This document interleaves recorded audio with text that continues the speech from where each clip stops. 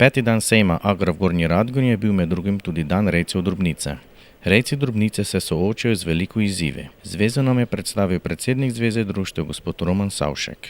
Zveza vključuje tam 20-21 društev, v katerih pa je nekje, ki imajo pa članstvo od 10 pa tja do 300 članov. Zveza deluje na tem področju, v bistvu promovira prodajo mesa drobnice, živih živali. Prek zveze imamo tudi organiziran odkup za loške mesnine in mimo kronok. Drugače pa tudi na tem političnem delu je zveza zelo aktivna, je sogovornik Ministrstva za okolje za okolje in prostor na temo zveri in seveda tudi Ministrstvo za kmetijstvo, gozdarstvo in prehrano, kjer je zdaj zelo aktualen ta strateški načrt, ki se pripravlja in tu res sodelujemo aktivno. Zveza predstavlja most med samimi rejci in ministrstvi. Zveza se močno trudi, da bi se stanje še izboljšalo. Ta dialog bi mogel biti močnejši, poslušajo nas, vendar žal nas ne slišijo.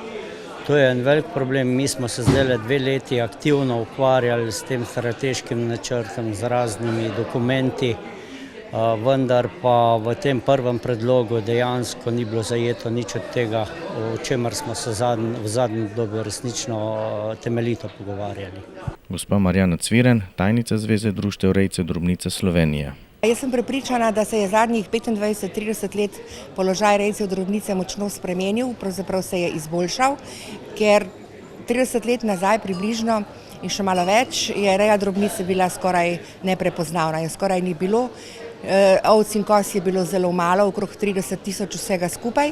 Potem pa se je v tistem času začela reja drobnice spet pospeševati. Bili so določeni posamezniki, ki so prepoznali vrednost in pomen te gospodarske živinorejske dejavnosti in so seveda tudi z mnogo entuziazma začeli rejo drobnice spet vračati nazaj v naš kmetijski prostor. Sedaj, danes je okrog 140.000 glav ovc in koz, kar je glede na tisto obdobje seveda bistveno povečanje števila. In mislim, da je reja drobnice postala pri nas spet prepoznavna, da ljudje že vedo, da obstaja tudi reja drobnice pri nas in, kar je najpomembnejše, tudi proizvodi, se pravi meso, izdelki iz mesa drobnice, predvsem pa mlečni izdelki, siri, jogurti, skuta, mehki siri so pri ljudeh vedno bolj prepoznavni in tudi priljubljeni. Podnebne spremembe vplivajo tudi na vzrejo drobnice.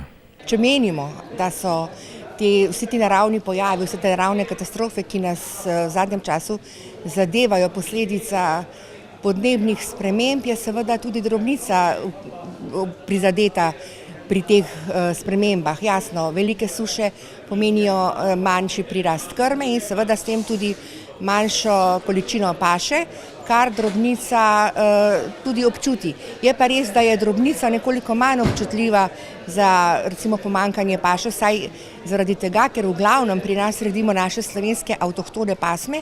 Avtohtone to pa pomeni domače, lokalne, ki so prilagojene na določena območja in nekatere stvari, recimo suše, če pogledamo Belo krajino. Bela krajina je bila vedno sušno območje. In na sušo so bile belokranjske pramenke navajene. Belokranjska pramenka je recimo ovca, ki lahko da zelo veliko, če jo dobro oskrbuješ, če je dobro prehranjena in če je v dobrih razmerah.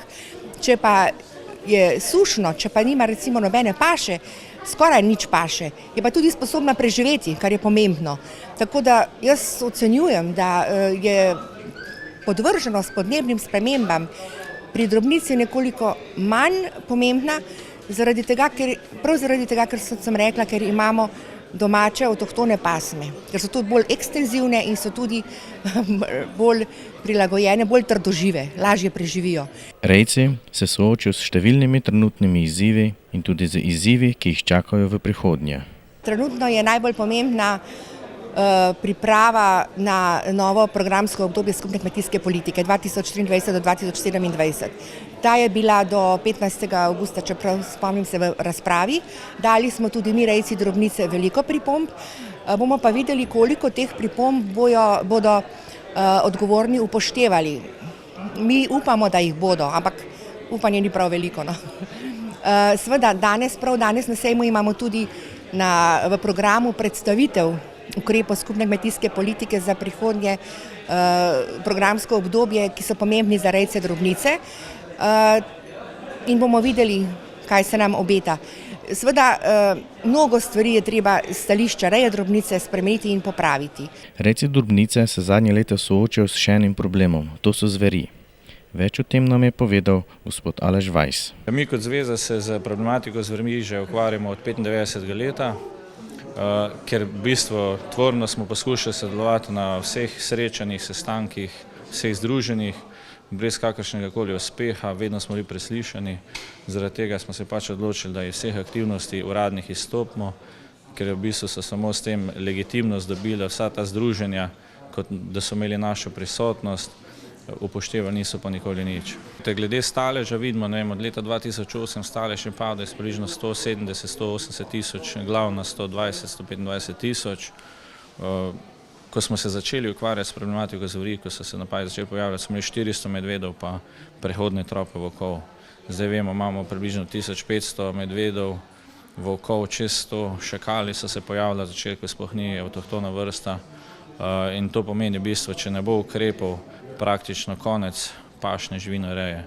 Tu nismo na udaru samo rejci drobnice, tu so na udaru tudi drugi rejci, ki pasejo živali. Napadi so se na začetku pojavljali na Kočevskem, seveda tam vsi govorijo, ni napadov več normalno, tam je bilo, ko so se začeli napadi, 4000 glav drobnice, zdaj jih je še 400, zato ni napadov, ker drobnice ni več. Napadi se širijo proti severozahodni Sloveniji, to videli smo problematiko Cerkljansko hribovje, Pivško območje in avtomatsko bo tam v bistvu zaradi teh posledic izginila ovčereja, krajina se bo zarasla in s tem sam še dodatni življenjski prostor za zveri, ki se bo še dodatno širile. Na sejmu Agra se predstavlja tudi policijska uprava Murska Sobota. Mi kot vsako leto, do zdaj se tudi v letošnjem letu predstavljamo na stojnici policijske uprave Murska Sobota. Na stojnici vsakodnevno predstavljamo poklice, ki so nekako prisotni v policiji. Na sami stojnici pa se potem pogovarjamo z obiskovalci.